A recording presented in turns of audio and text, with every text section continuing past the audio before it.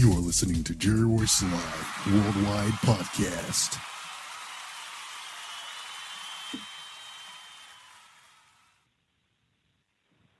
Rock with me, fam. My royal family, thank you. Thank you for rocking with me here on Rocklife Live. This is your host, Zion Jones, with the Love THANG, your 3-day fix on Positive Power Radio, Double XI with Jerry Royce. Yes, you know, we have two special guests tonight. It is going to be a fantastic night. I have Anita Jenkins. Anita Jenkins, my sister, praise God, of a Higher Housewives. And we're going to talk about what a Higher Housewives is. And trust me, queens out there, you're going to want to know, because the Highest Housewives will be coming to you soon this summer. And it's powerful. It's for all the queens out there, women of wisdom, women of wisdom. We also will have tonight Dr. Marvin Smith of House of Swords, King of War. He will be talking to us tonight about living your value. What does it mean to live your value? So stay tuned for this powerful show. Right now, I'm going to go ahead and send you over to some really good music, and we'll be right back. You're listening to Jerry Royce Live Worldwide Podcast.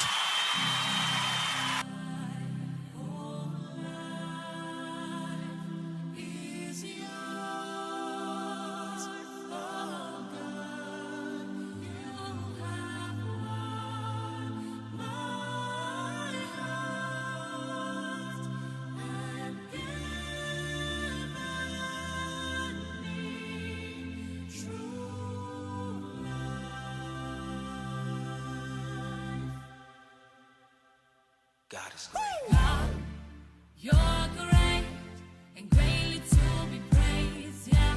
Oh, I fall down. I call upon your name. God, you're great and greatly to be praised. Yeah. Oh, I cry aloud. I worship you today.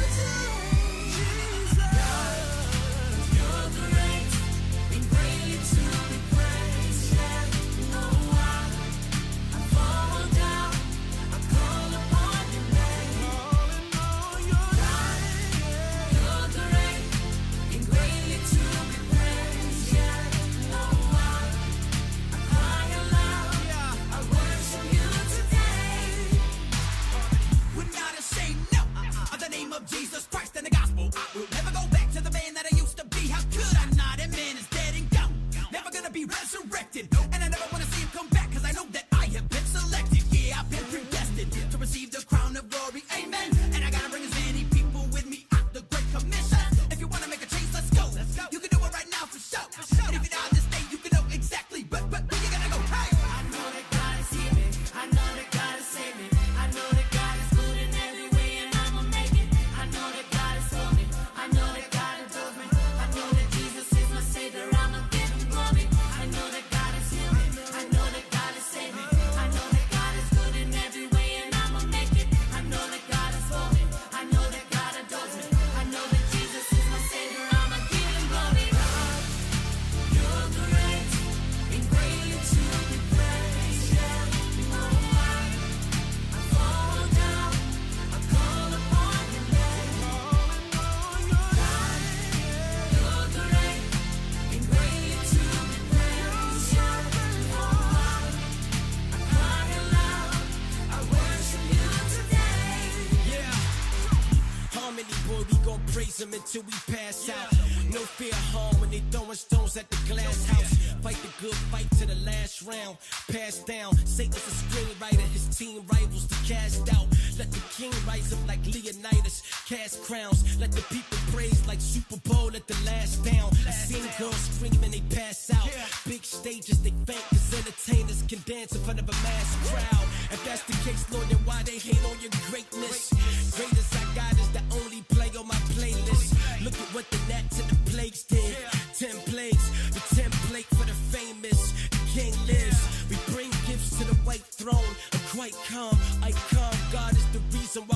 dream big. Yeah, say glory, honor, and strength. Let the world know that God is great. We on our way, let's go. God, you're great, and greatly to be praised. There's no one. I fall down, I call upon your name. God, you're great, and greatly to be praised. There's no one. I cry aloud, I worship you today. God, you're great, and greatly to be praised. There's no one. I fall down, I call upon your name. Jesus, God, you're great, and greatly to be praised. There's no one. I cry aloud, I worship you today.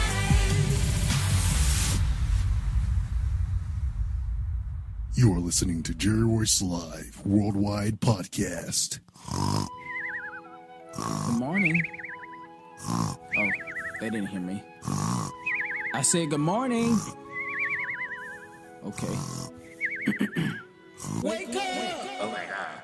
Rise and shine with Rocklife Zion Jones and get your fresh manna and prayer for the press of your day. You can catch Zion Jones every morning, Monday through Friday, 7 a.m. Pacific Standard Time. Once again, that's every morning, Monday through Friday, 7 a.m. Pacific Standard Time. Start your day with power. With Rocklife Zion Jones on Rocklife Network.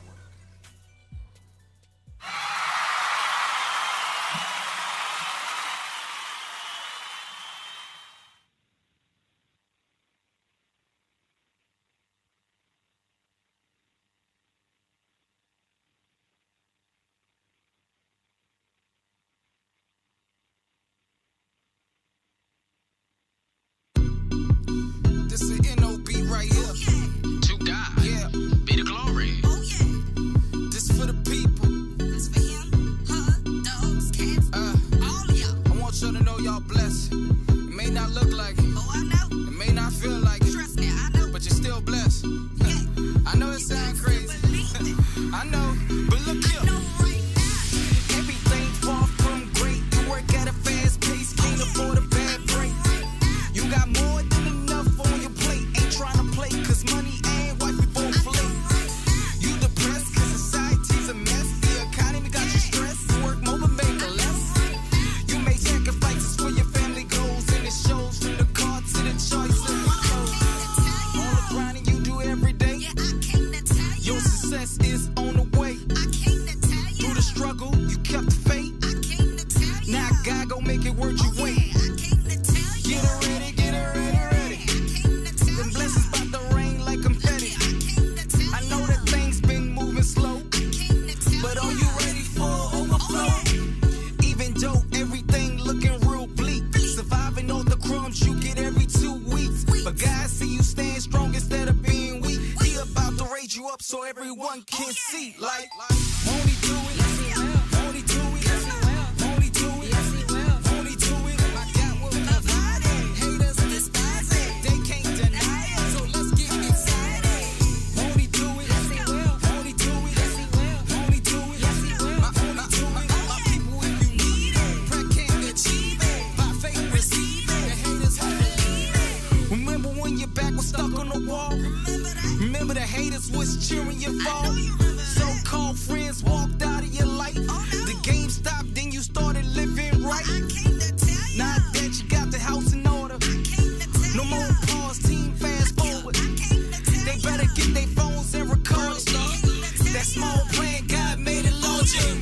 Even though everything looking real bleak, surviving off the crumbs you get every 2 weeks. But God see you stand strong instead of being weak. He about to raise you up so everyone can see. Like, won't he do it? Won't he do it? Won't he do it? Won't he do it? I got what provided. Haters despise it. They can't deny it. So let's get excited. Won't he do it? Won't he do it? Won't he do it?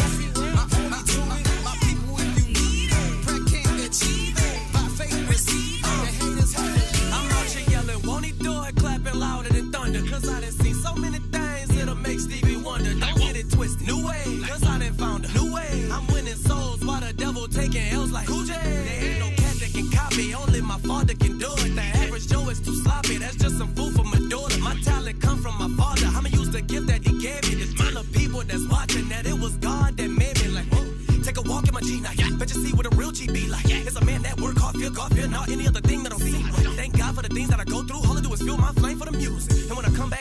like this, a simple won't he do it? Won't he do it? Yes, he will. Won't he do it? Yes, he will. Won't he do it? Yes, he will. Won't he do it? I got what provide it. Haters despise it. They can't deny it. So let's get excited. Won't he do it? Yes, he will. Won't he do it? Yes, he will. Won't he do it? Yes, he will. My people, if you need it, prayer can't achieve it. By faith, receive it. The haters have to leave it. Won't he do it? Yes, he will. Won't he do it? Yes, he will. Won't he do it? Yes, he will. Won't he do it? I got what provide it. Haters despise it. They can't deny it. So let's get excited. Won't he do it? Yes, he will. Won't he do it? Yes, he will. Won't he do it? Yes, he will. My people, if you need it, prayer can't achieve it. By faith, receive it. The haters have to leave it. You are listening to Jerry Royce Live Worldwide Podcast.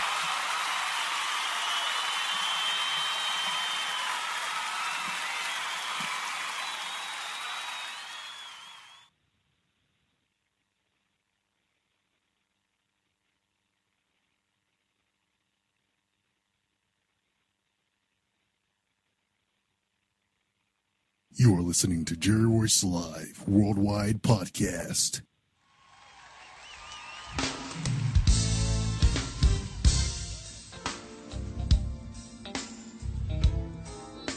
You might as well rock like this.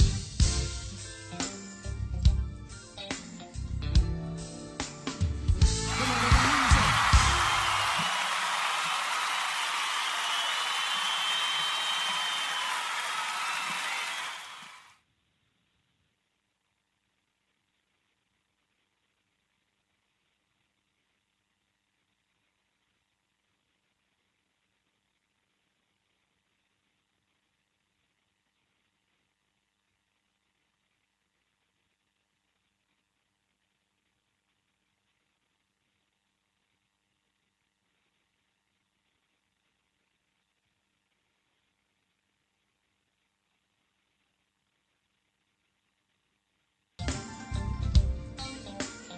You know, back in the day, if you heard a groove like this come on, you'd be out on the dance floor.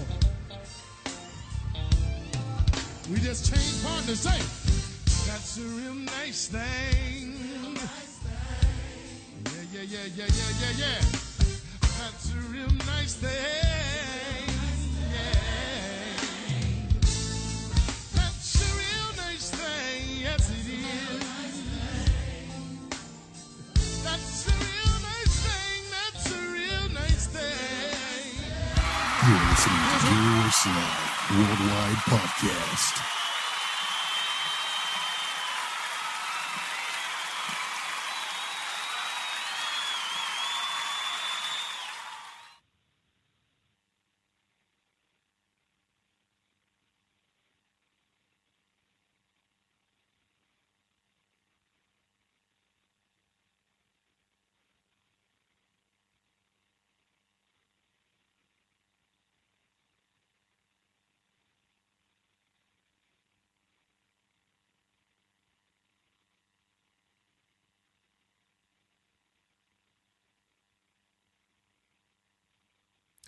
Hold on, ladies and gentlemen. We're trying to connect Pamela now. No, you know what? Are you connected, Pam? Okay.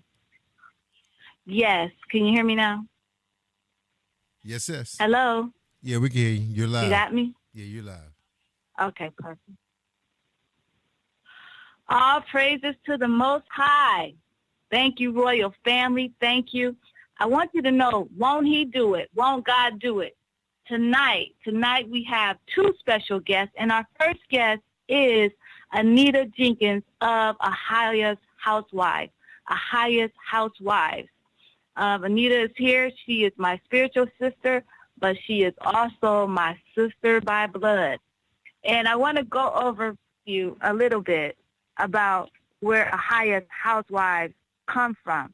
And if you read Exodus 3, and you start from 3 and 13, because if any of you out there know the word Ahia, do you know what that word is? If anyone knows that's listening on here, I ask that you put what Ahia means. That name, Ahia, that is a Hebrew name, But let me show you where it comes from. If you go to Exodus 3:13, it reads, "And Moses said unto God, Behold, when I come unto the children of Israel and shall say unto them, The God of your fathers hath sent me unto you, and they shall say to me, What is his name? What shall I say unto them?" So Moses is asking the Father, when I go and talk to your children, the children of Israel, who do I tell them? What name do I give them? And God said unto Moses, he said unto Moses, I am that I am. And he said, Thou shalt say unto the children of Israel, I am has sent me unto you. So his name is I am. The Most High God name is the I am. And that's the first name and the name that he gave Moses to tell the children of Israel what his name is. And if you look at the Hebrew of what I am translates to, I am that I am is Ahaya, Ashar, Ahaya. I am that I am, Ahaya, the name of Ahaya. So praise be the Most High God, Ahaya. And tonight we have Anita Jenkins, who is the founder and host of Ahaya Housewives that will be coming out 2018 this summer. Powerful, powerful, powerful show that she'll be doing.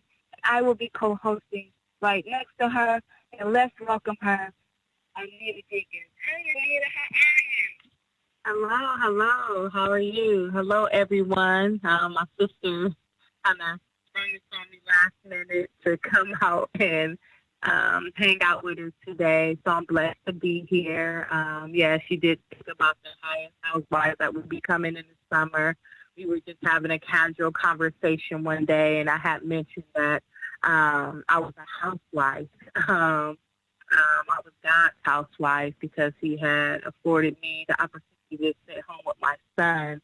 I had no income, no provision, nothing, no resources naturally to allow me to stay home with my son because of my faith in God, my first love. The Jabber, who's always been my provider, made a way for me to be home. And I know that normally we have this idea when we watch these shows on VH1 and, the Basketball Housewives and Atlanta Housewives, and we have this, thought that we have to go get us, a wealthy man. We have to, compromise ourselves to have this life. That's not the reality. We can have this life just being on the Most High God, and I'm just grateful that he has protected and provided for me and my family, and has given me the opportunity to be a housewife without a tangible life. I know that he will bless me with that opportunity to have that tangible experience. But until then, a husband is to a wife, and I'm just grateful that I'm able to be under his groomship. I'm able to be his bride, and I'm just so taken care of because of my faith in him. My faithfulness allows him to take care of me believing that he will. He said, if I feed the birds of the air, what makes you think their life is going to be your own? And when we believe in him and we trust him for who he is, big things can happen, and he can show up in your life like he's never showed up before. So that's the purpose of a highest housewife. Praise the Most High. Okay, that is awesome. And we did have that casual conversation. We had that conversation about a highest housewife, meaning, like she said, when you don't have that income, when you don't have the king, that tangible, that husband, God hasn't brought him to you yet. And tell me about that experience, how that faith walk that you have to have, because you had made a decision about your son. So why don't you share with them that experience? Well, the experience concerning the birth of my son, of course, I was working during my pregnancy. Of course, about 6 to 8 weeks, you look forward to going back to work, because bills still got to get paid. Once I was home with my son, gave birth to him, like embarking the 6-week mark, and like, okay, am I going back to work? Am I staying home? I don't have the provision to stay home, but I wasn't ready to release my son into the care of strangers. So I took a stand in my life and said, I'm going to stay home with my son. And I trusted God that he would provide a way for me to do that. I didn't know how. It wasn't easy. There's nights I cried to God. I'm like, God, did I do the right thing? Are you with me on this? You want to back me up on this, God? Because here I am, a single mother, 2 children. I have an 11-year-old daughter as well. I'm like, God, I don't know, how this is going to work, but I know who you are, and I know your promises to me. You said you'll never leave me nor forsake me. So I took a leap of faith, and it has definitely been a journey, but a very rewarding one because God provided a way, not because I'm somebody special or because simply because I believed he would do it. Period, point blank. I had faith to my name. I didn't have no money, no resources, no anything. I literally have faith to my name. And when I tell you faith is all you need, you know what I'm saying, to sustain you on this earth, that's really all you need, to believe in God. And my faith was in him. I knew he would come through. I didn't know how. I didn't know necessarily when. I didn't have all the answers. But because of my faith in him, he has provided a way for me to be home with my son. My son is now 8 months old, and I haven't been to work in 8 months. And my kids and I are provided for. And like I said, the journey's not easy. But if you step out on faith, he will come through. Yes, he will.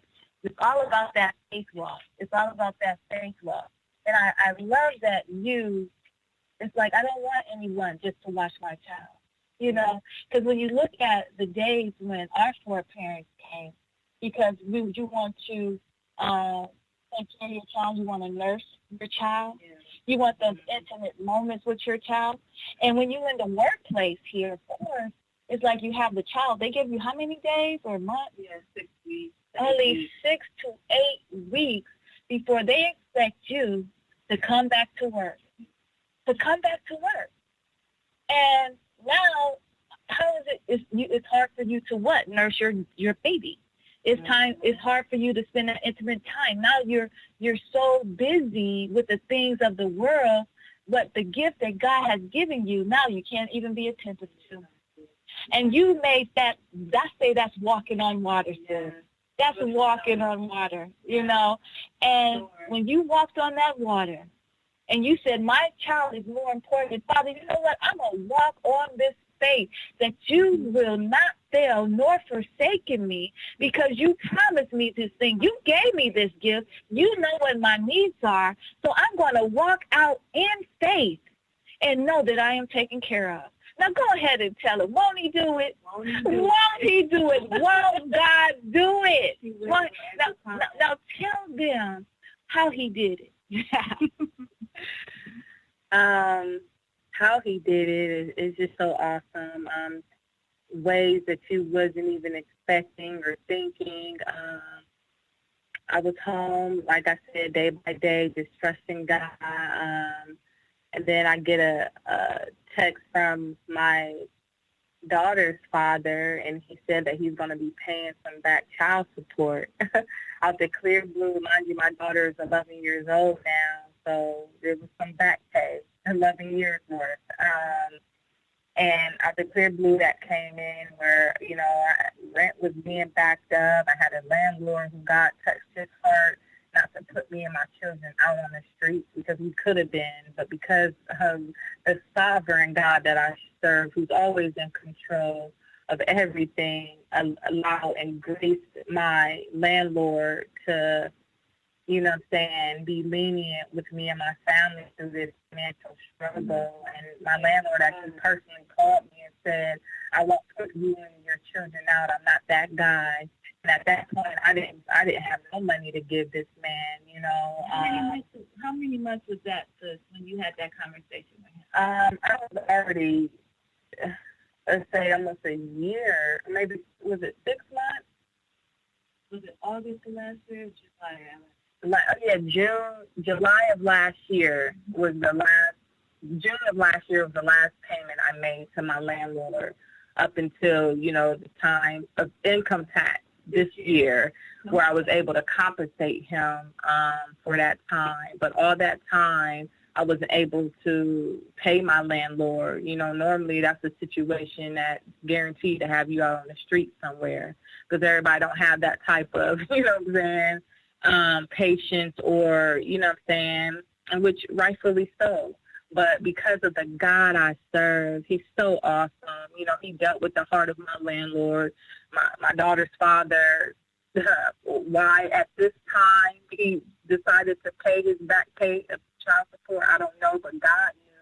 God knew the time. I had a car note. I had to get rid of that. I'm like, God, okay, I need a car note. I need a vehicle. He made a way for me to now have a vehicle that I own.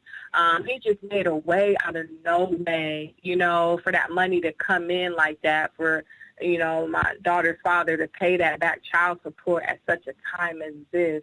He could have paid it back then. He could have paid it years ago, when I'm asking God, like, why do I got to do this by myself? Why does I get everybody else get away with, you know, their responsibilities and, you know, conversations I would have with God? But he had a divine timing for that money to be released into my life where it was really needed. He's a very strategic God. So everything that he does is in his perfect divine timing. It's not always when we want it. It's not always how we think it should be done. But his divine timing was very divine, because it has provided a way for me to maintain during this time of stepping on faith to be at home with my son. I couldn't find myself to release him to the care of strangers. I just couldn't, you know. I know mothers are saying, oh, we do it all the time, you know, but it wasn't in me to do it with my son. And I was firm on that, and I didn't budge, you know. Everybody was asking me, well, how you going to do what you going to do? How you going to survive? I said, I don't have the answer, but I know the God I serve has promised to take care of me. That's all I knew. And because I knew that, he made some things happen on his daughter's behalf. Yes, he did. Yes, he did. And so this subject is so important. I wanted to take up the essence of this, because we look at this like, okay, you know, the money came in, that was from, you know, her other father, and then we think about all the income tax, and, you know, and then we think about the landlord. But let's look at this landlord for a minute. Okay, this landlord, she said she was in her home since last year, July, and has not paid rent until about February or so of this year. Okay?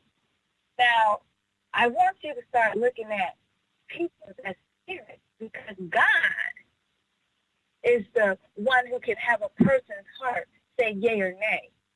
And that's why it's so important for us to stop looking at man and trusting in man and start trusting in God, and understand that God will move the hearts of whomever he will to give you favor. Now, understanding this, we as women should be raising our own children, bottom line. But we got so caught up, and believe me, the enemy wants to get us busy. He wants us to keep up with the Joneses, as they would say. You know, we don't have time to stop working, so we're going in this cycle, in this circle. But let me tell you, the Bible says, come out of her. Come out of the things of the world. Come out of the systems of the world. Because why? Because when we're starting to these things, we're allowing it to control our lives, and we're not having faith in God. And without faith, we cannot please him. And I love what my sister said here. It's like, I didn't see it. I didn't know it. But I knew deep down inside it was about me raising Prophet Nehemiah, I call him, because his name is Nehemiah. a child of the Most High God. And she nursed her child. And she walked with her child. She teaches her child. And she stood up and said, you know what? I'm a highest, the great I am housewife. And that's where a highest housewife came. That's where it was birthed. Because God says, I will take care of my own. You see what I'm saying? He is a husband. He is a father. And all he says is, trust in me. So see how he moves in the heart of the landlord and gave her all the money. And he said, I wouldn't do that. I'm not that God. But just think about before she moved here in her place. What unctioned her heart to take this place? Do you hear me? A lot of times you think that we're doing things on our own. And she said that was 6 years ago, you said? 6 years ago. But who would have ever knew that it would come to a point where God will use that man to help her? So that's why I'm saying we have to start looking at God. We have to start looking at what he is doing for us through people and stop looking at the people and giving them what?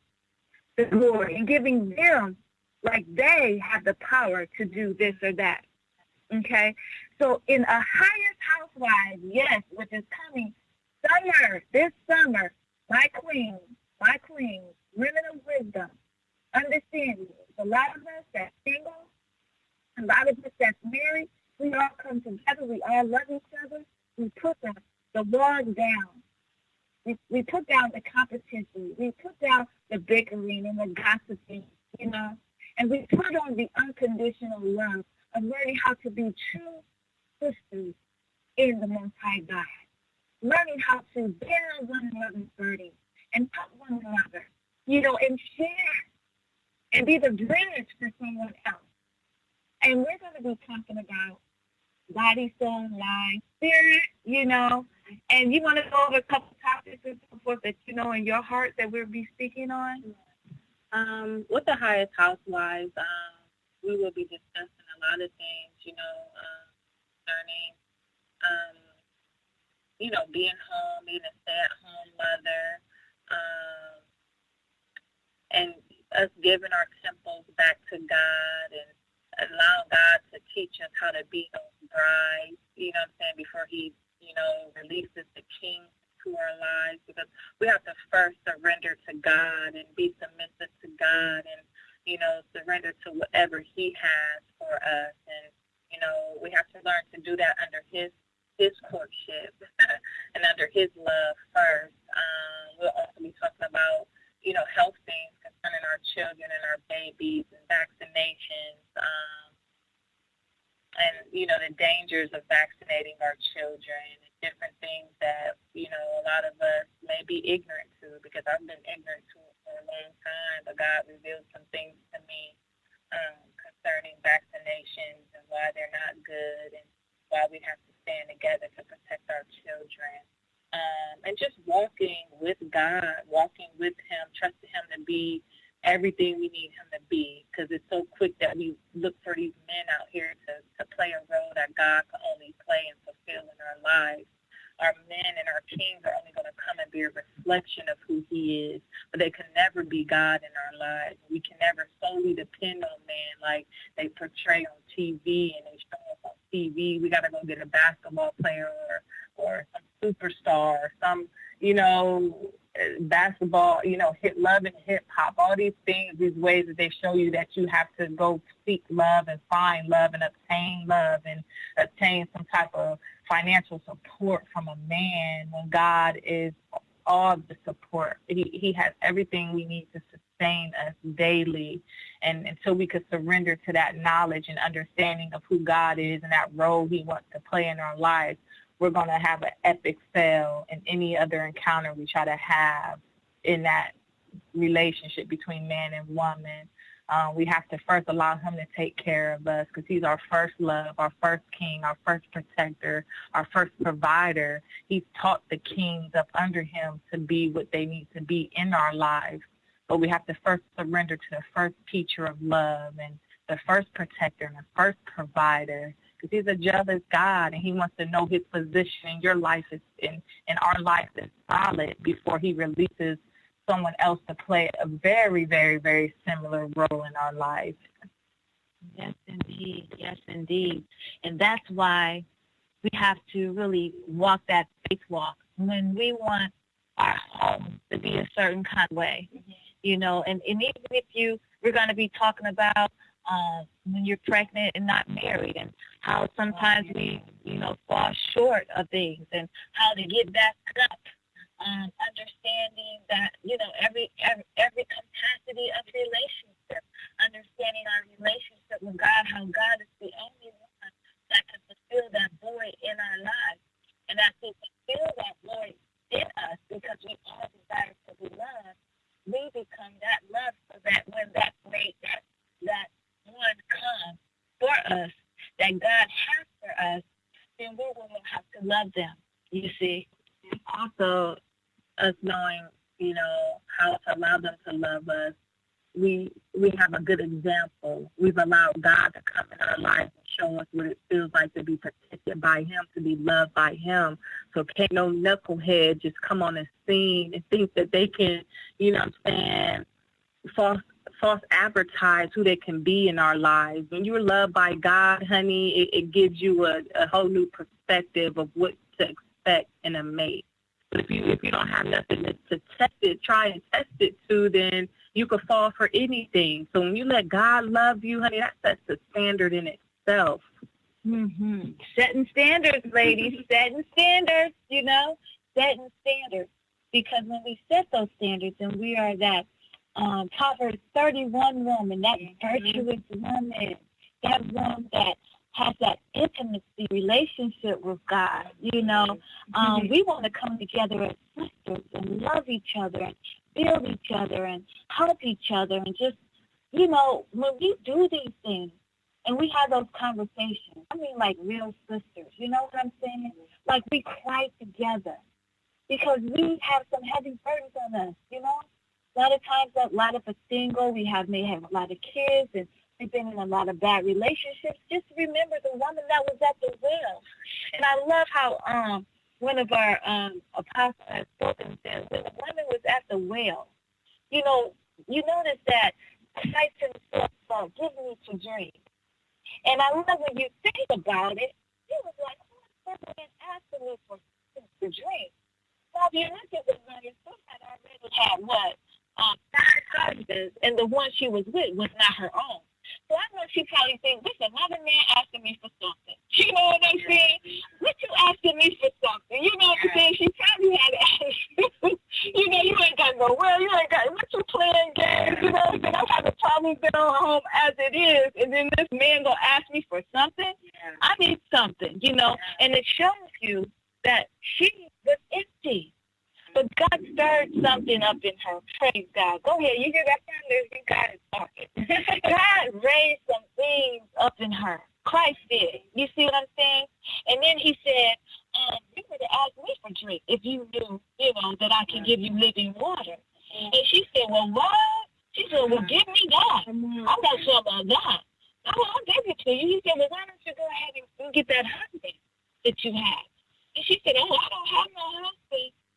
So that goes to tell you now, she had a husband, and she must have not been with him, or something was going on, and she had some issues. He said, no, you had 5.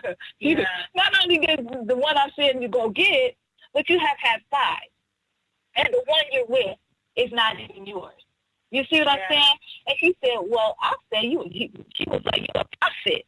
Yeah. You know, something different about you. Yeah. You know, I want some water because, hey, she was thirsty. Yeah. But she was looking for love in all the wrong places. She had 5 husbands, and she could not find that love. And God came to her. He said, I am your living water. You will never thirst. You will never have a void. You see what I'm saying? That's why no man can fulfill us. No man. Man was made to fulfill us. We were made for man to be a helpmeet to him. So to enable for us to help him is to what? Is to be one with our God. You see what I'm saying? Mm-hmm. Because how can I help someone if I don't have God in me to know what they need. Because only by God will he show me and teach me how to be a good wife and how to please my husband. Yeah. You know? Come on now. Come on. And tell us about little Nehemiah. And I love your nephew. He's so beautiful because today he's 8 months soon. And he's 8 months. Oh, he turned. Well, the 21st. Is that today? Okay. He's turned 8 months, okay? And he's trying to walk. But I'll tell you today, Mom had on a long skirt. And he was crawling, and he grabbed hold of her real tight and pulled it. Now, remember, he's Nehemiah, so I said, oh, Lord, we got to pray because he seemed to be tearing up things. You know, I guess he said, I'm going to build it, but I'm going to tear it down first. You know,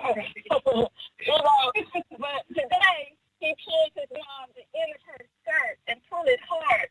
And his mama said, what?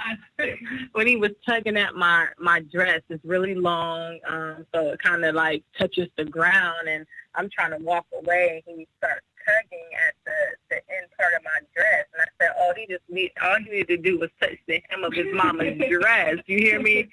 See, whatever he wanted from me, just like the lady with the issue of blood, he knew that God had something for her. He could touch the hem. That kind of reminded me of the story in the Bible when he had tugged at his mama's garment.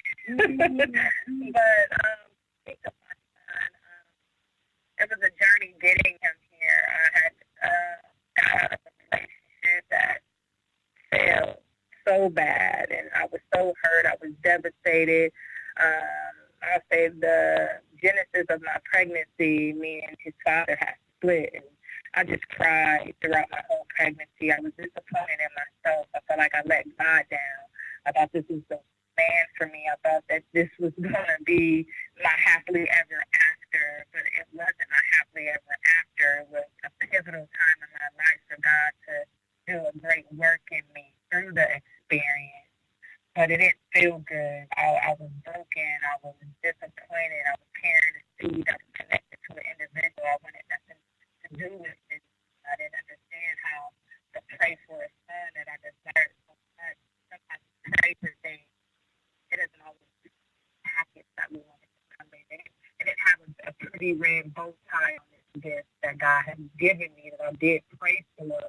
And I'm just like, okay, God, I thank you for the gift. Like, thank you, but, why now? Why did it have to come out of this situation? Why couldn't it, be how I desired it to be? Why couldn't, I get the ring? Why couldn't I have, I didn't understand how it had to unfold this way when I did go into it with the right intentions.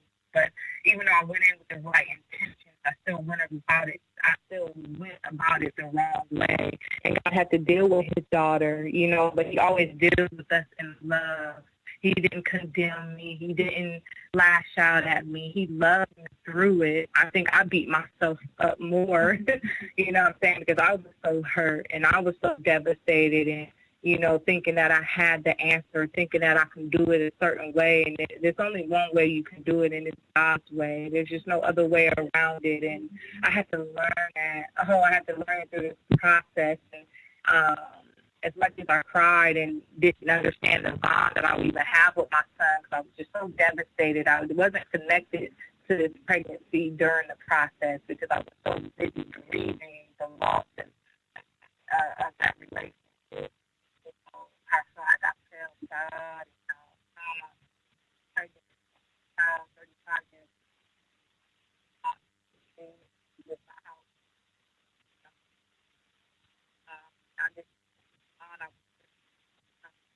I didn't even, I spoke out this day they confirmed he was a baby boy because I desired a son and I was going to trust God for my son to the end of it. People were saying, oh, what about a girl?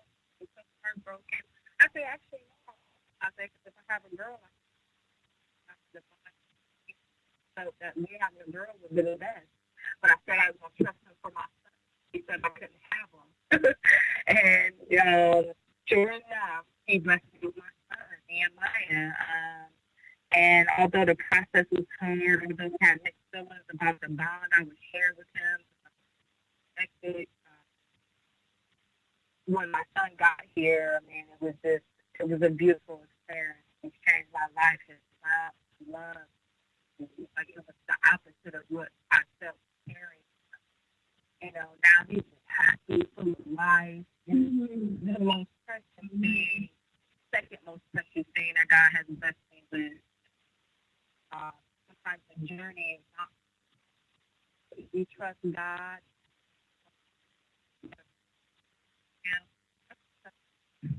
True verse. Like we say stuff, we're just programmed to say it. When we really start living out these things, and really take the word of God, because all things work together. I might not have the father and the son that I desired, but that's not to say that it's not going to happen. Because I'm trusting my father that it will. But I'm going to look what he gave me. He gave me this beautiful gift of a son and a daughter that I'm going to raise with all my life. And so he sends me that can take on this journey with me. But nonetheless, he's allowed me to get to this milestone.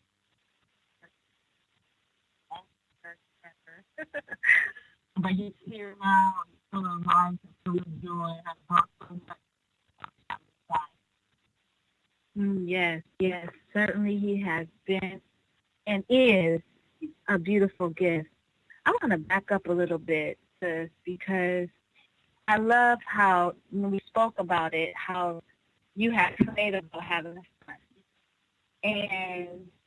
And you told the people at your work, because it came to a point where, this is what I want everyone to understand. When people to speak against your purpose, or people try to speak against what you have made a covenant with God about, you have to understand it's also like to say, you would say Peter speaking to Christ, his flesh was, I want the best for you because I don't want you to die, I don't want you to have to go through this. But God's purpose for Christ was now Peter not even understanding that he is being used by the enemy to speak against the purpose. You see? And so that's why we have to pay attention. I tell everyone, I said, there's only two. There's life and death and the power of the tongue. Understanding in the beginning was the Word was God, the Word was with God, the Word is God. So word is powerful. Word, there's life and death in it. So when you know you have some instructions by God, when you know that you are walking with God and you're obeying God, any words that oppose that, you know that is not of God. And you rebuke it, you don't receive it. And I love how you said it. It says that you pray to God for him. And you prayed for him. And you knew, like, okay, this is my. And you was very adamant at a time. I want you to tell them that adamant, about how adamant you was and some of the things that they were saying. So to begin with, my first doctor's appointment, they had you fill out applications, ask you some questions and different things. And I remember they asked a question about what would you do if your baby was crying, wouldn't stop crying. And when I spoke of my baby, I didn't just speak in of my baby. I wrote his name on the application. I put Nehemiah. I said, Nehemiah, my son, cried, and it was out of control, and it was still like there's nothing that I can really do to control him. I went on to express what I would do, but my doctor noticed my application. They're like, I see that you already have a name picked out. And I see you have a son. I said, yes. They said, okay, I see you have the name Nehemiah. I said, yes. I said, I'm out for my son. I didn't lie to you. I'm like maybe 8 weeks pregnant at this point. So, I didn't know, but I was just trusting God. And I was like, well, why don't you come out and grow names too? I said, for what? I'm having a son. Nehemiah. I don't need to pick out girls' names. That means I don't trust God to give me the desires of my heart. So I'm just going to stick with what I know, and I'm going to run with Nehemiah. I don't need a girl's name. People at work, say like, oh, I wanted a daughter too, or somebody would say they wanted a daughter and then there were 3 boys. I'm like, well, congratulations. That was your testimony, your story. You know what I'm saying? But I'm trusting God for my son. You know what I'm saying? Like, well, you're going to be so heartbroken. They tell you it's a girl. They kind of like mocked me and laughed and, because I stood firm. You know what I'm saying? I was, talking about my son. This lady was bringing clothes to work, boy clothes, and I was picking them out, bringing them home, and only a few months pregnant, not knowing the sex, and confirmed at this point. So I was taking the boy clothes home. I was having a son, and everybody just like, I'm sure there were conversations had that I didn't hear. Them probably coming together saying that, oh, she's going to, be so hurt, and just, seeing how I was walking around, just speaking my son's name into existence, you know what I'm saying? When I refer to the baby growing inside of me, I always referred to him as Nehemiah, I just stood in that, and what was so beautiful about me standing in that was just a glorious, outcome that God gave me after my ultrasound, and I was able to go back to my workplace and kind of throw it in their face a little bit, like, I was, because it was just really like God was rewarding my faith, and it was his way of showing the naysayers around me to see where faith would get you.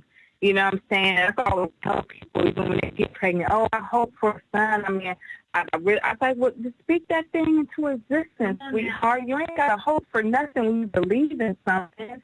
And I really stand firm on that. Like, you speak on what you want. And if God say you can't have it, then that's a whole other story. But until he said you can't have it, you speak that thing. He said you have not because you ask not. And I wanted that. Just like I had a discussion with God. You think all the time. Twins are so adorable. But y'all never tell God how to run his business, but God just one at a time. You know what I'm saying? You can request known to God. You know what I'm saying? Don't be scared. You know what I'm saying? Trying to beat around the bush when you want one thing. And when we serve a God who's big enough to give it to you. You know what I'm saying? But even if he don't give you what you want and still give you something, still know that you're in his divine will. That's what he knows best for you.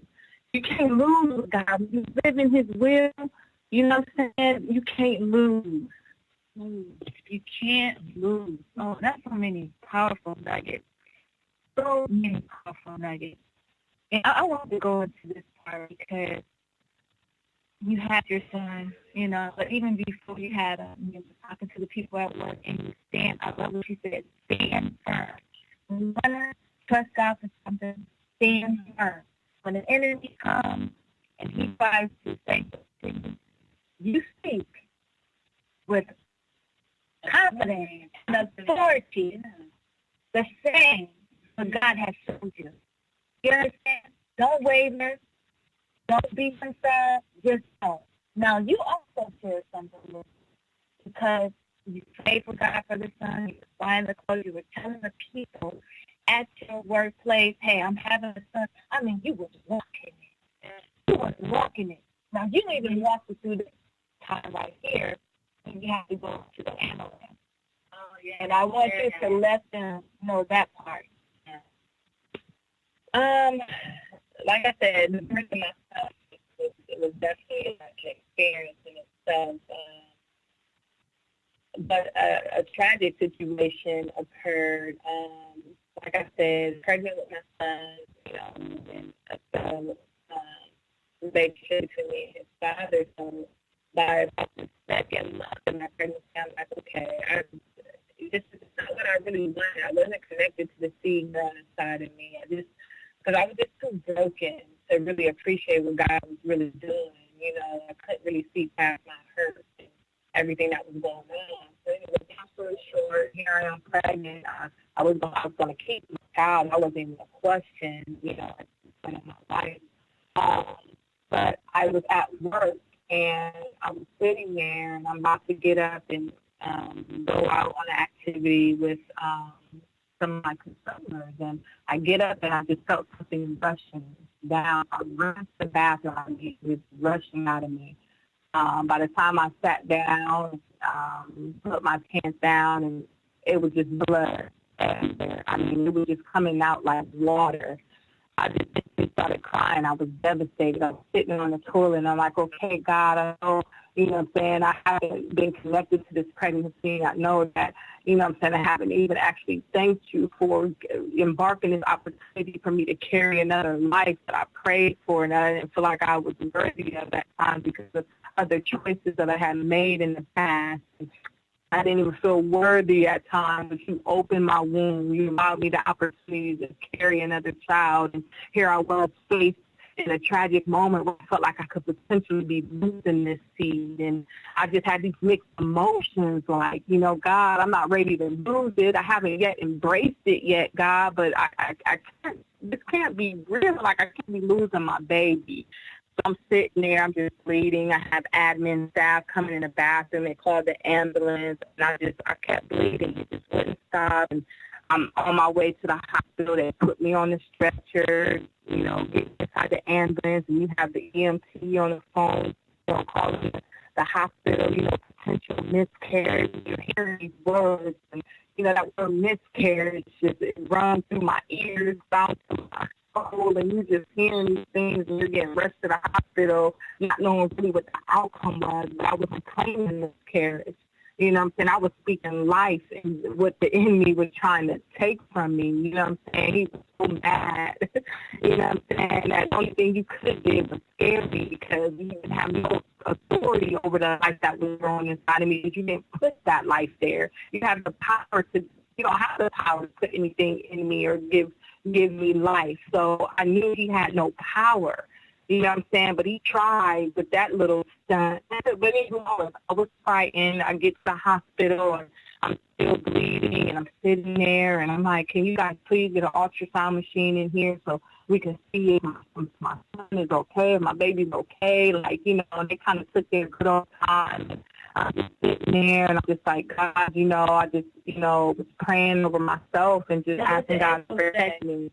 Oh, and then I called my sisters. I was calling my sisters, letting them know what was going on. Like, I'm bleeding. I'm at the hospital. And then one of my sisters was calling, like, yeah, you probably have a miscarriage. I said, I don't receive that. I don't receive that. I don't want to hear that, you know. You're in that moment facing it. So, like, that word miscarriage was just like a word that just was hurting my ears. Like, I didn't want nobody saying it. Don't say it to me. I know I'm in a situation that looked like it's resembling something like that. Yeah, it looked like this could potentially be the situation, but I wasn't allowing that to be spoken to my life in that moment. No, this is not a miscarriage. I'm not receiving that. And I turned a deaf ear to it because I wasn't going to believe that. I got to talk to my sister. I'm saying, wait, in an ultrasound machine. And they're like, well, we drew blood, and, you know, the levels of your blood will let us know that I don't want to see no levels. I want to see my baby moving. I need an ultrasound machine in here. I was just very adamant. So the lady finally rolled in with the ultrasound machine, who was really nice and really sweet to me. And as soon as they hooked the machine up and got it, you know, connected to me, that little boy in there flipping around, and, you know, he was so unbothered by what the enemy thought he was trying to do. You know what I'm saying? My son was so unbothered. He was just in there, and I think I was like 3 months going into my 4th month of pregnancy at that time. So it was still kind of fresh around that time where you get into the safe part of your pregnancy. And, well, you know, when you first, those few months, you know, it's just a little scary for mothers, you know, when your baby is trying to make sure it's thrown in there and everything's okay. So it was just, the enemy was just busy, you know what I'm saying? But God was busier, and I was able to go through my pregnancy and carry my son throughout that scary process, and God has spoken life to me, and I was able to give birth to my son. Wow. That is powerful. That is powerful. I want you to take the nuggets and elements of what she's saying. You look at the enemy trying to scare you. You see? He allowed things to be an illusion, because when we start looking with our natural eyes, we start using our own intellect of what we think it is in the natural. But when you put on the spiritual eyes of God, when you start trusting and having faith in God, you understand who has the power over all things. So when she said, yeah, the enemy tried to scare you, but then you realize that even though she felt and see some things, she still was adamant with her word. She still was adamant with her faith. And she still believed that the promise was sure to come. And what I love that she stand firm and that she walked by faith. And she was able to say, nah, nah, nah, nah, nah. You hear that? Nah, nah, nah, nah, nah. You know why? Because you letting the enemy know how big your God is. I'm going to let you know how big my God is. I'm not going to try to God about what you're doing to me. But I'm going to not you, because I want you to know how big my God is through me and works for me. And then I love the part when she said that when all that happened, and she was like, I just need an ultrasound. Okay, give me an ultrasound. You can forget the blood. You're not going to tell me. I'm not going to allow the enemy to have anything else to say. Because understand, the enemy, his words, see, because they start to discourage you. When things you see start to discourage you. When you start looking at things in the natural and hearing things in the natural, you know. And when she's seeing that thing in there leaping and moving, I'm bothered. I'm standing there. You know what? God got me. God got me. And little Nehemiah was born. And understand this. If you saw little Nehemiah, you could see him on my page because his picture's there. Because we're going to keep coming out with Nehemiah magazine coming as well. When you see him, all he does is smile. The majority of the day he smiles unless you want to eat, you know. Think about it, he is a builder, so it's fun. It seems like he's tearing everything down so he can build it back. But the beautiful thing about him in her situation is that joy out of the head. An internal journey of feeling like the relationship that she was in. You know, is not what she wanted it to be. Believing that this is going to be the right relationship. Now feeling that because it's not, that I have disappointed God. And then also when I had my child, I wanted to have my child with my husband. You know, I wanted it to be a certain kind of way. You know, we want things to be a certain kind of way. And sometimes, a lot of times it don't turn out that way. But what I hear through this message is that perfect things come from hard places. Perfect things come out of hard places, hard tests, hard temptations. Because if you press on with the faith of God, if you press on with the word of God, no matter what you're going through or what you may even feel, you can still always hold on to God and surrender and understand that he will never fail you nor forsaking you. So I love that. And in a higher house life, we're going to be having these type of conversations. I mean, being very transparent, being very real, because these things are real. And we have to touch one another. And there's reality of these physical things that try to bring us down or try to scare us and try to attack us. And so that we can put the will of God, the soul of truth, the spirit of God, because it's that has to heal to come to our help. So we're going to be, we are wisdom, and we are women of faith. This is a higher house. You like a few minutes, go ahead and I'd like to say in closing that God is who he say he is. If you trust in him, you walk by faith and not by sight. Anything in life is possible. And he has kept, you know, I know we say the size of a mustard seed. We just have the faith the size of a mustard seed. But believe it or not, we should have faith the size of a grapefruit at the season in our lives. How long we have walked with God and the things he has shown us. It's just time for us to reach for deeper level of our faith and trusting God. And I mean, some dynamic things will happen because, you know, the word says it's impossible to please him without faith. So if it's impossible to do it without faith, then that goes to show us that we have to start really tapping in to some faith if we really want to please our Father and allow him to bless our life through that. So yes, just begin to believe in a God that we so highly love, so that he can operate into greatness. He can only do that if we tap into the faith that he has given us. So let's do that as believers and trust our Father to be who he is. Praise God. Praise God. Oh, what a family. And I hope testimony. It's a testimony. Because we all have testimony. That we all have testimony. And that we could have a testimony without a test. I heard you say that today. And understanding that our testimony is to edify one another. And our testimony are bridges for others so that they don't have to walk through the journey that we did, so that we can be a blessing one to another. And understand, we're the highest housewife. We are highest housewife. It's time for us to trust in God like never before. And stop trusting in the system and trusting in man. Because God said, don't put your trust in man, put your trust in God. And we do that when we know that he is our provider, when we know that he will never fail us, and that we do our best, you know.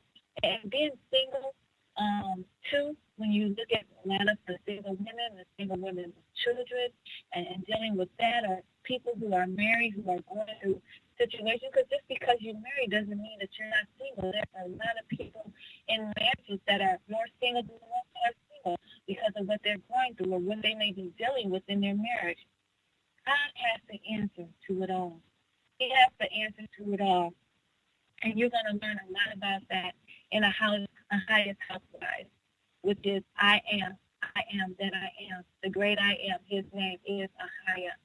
So we just want to thank you for coming on tonight, and I ask that you see me tomorrow morning, 7 a.m. Pacific Standard Time for fresh manna and prayer for the rest of your day. I want to thank you, Anita, for coming and being a part, and we so look forward to a highest housewife. The music you posted on that, and I ask you to click it if you're doing it. I did put it on there. You should see that. Go ahead and click it. If you have anything that you want to talk about, let's do this. We will be covering with health and fitness. We'll be talking about that. We'll be talking about when you're pregnant and having children, and also talking about vaccinations, keeping your body and snapping back the things that you do. Everything of a woman. You know, we have so many roles to play, so many roles, and that together as sisters, we can do great things together. So let's look forward to that. A highest housewife, Anita Jenkins, coming this summer, 2018. We look forward, my sisters, to be there. We love you. We thank God for you. And until next Monday, I'll see you same time, same place, right here on Jerry Royce Live. You're listening to Jerry Royce Live Worldwide Podcast.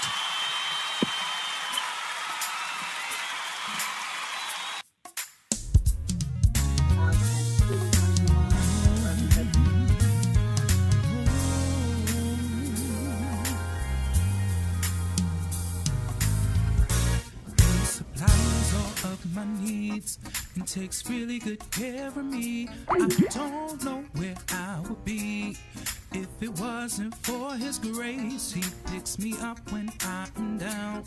I'm so glad to have him around. He'll be right there till the end. He's my very best friend. That's my God you're talking about. Say that's my God. That's my God you're talking about.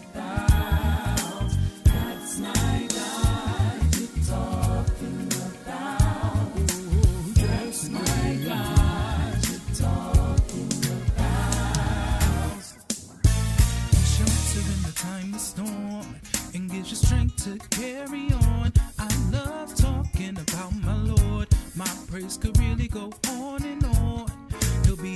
there through and through. So to give him praise is all I can do. His strength is perfect when yours is hard. He's my all in all. That's my God you're talking about. I say that's my God. That's my God you're talking about. That's my God you're talking about. That's my God you're talking about. He's Jehovah Jireh. Jehovah Jireh, my provider. My provider. He's Jehovah Shalom. Jehovah Shalom, my peace and quiet. My peace and quiet. He's Jehovah Sikkenu. Jehovah Sikkenu. Oh Lord, I need you. Lord, I need you. He's Jehovah Royce. Jehovah Royce. Oh, that's my God you're talking about. That's my God. That's my God you're talking about. That's my God you're talking about. That's my God you're talking about. Hey, he's Jehovah Jireh. Jehovah Jireh, my provider. My provider. He's Jehovah Shalom. Jehovah Shalom, my peace and quiet. My peace and quiet. He's Jehovah Sikkenu. Jehovah Sikkenu. Oh Lord, I need you. Lord, I need you. He's Jehovah Rapha. Jehovah Rapha. That's my God you're talking about. Oh, that's my God you're talking about. Say that's my God you're talking about. That's my God you're talking about. That's my God you're talking about. That's my God you're talking about. That's my God you're talking about. That's my God you're talking about. Is he a love? Yeah. A joy? Yeah. And a peace? Yes. Oh, yeah. Maker, strong tower, yeah. Redeemer. Yeah. Has he looked out for you? Yeah. Provided for you? He'll be watching you. Is he everything? Yeah. With everything? Yeah. With everything? Yeah. Did he come through when you called him? Yeah. Food when you were hungry? Yeah. Water when you were thirsty? Yeah. A friend just when you needed? Yeah. Is he the reason why you're breathing? Yeah. The reason why you're living?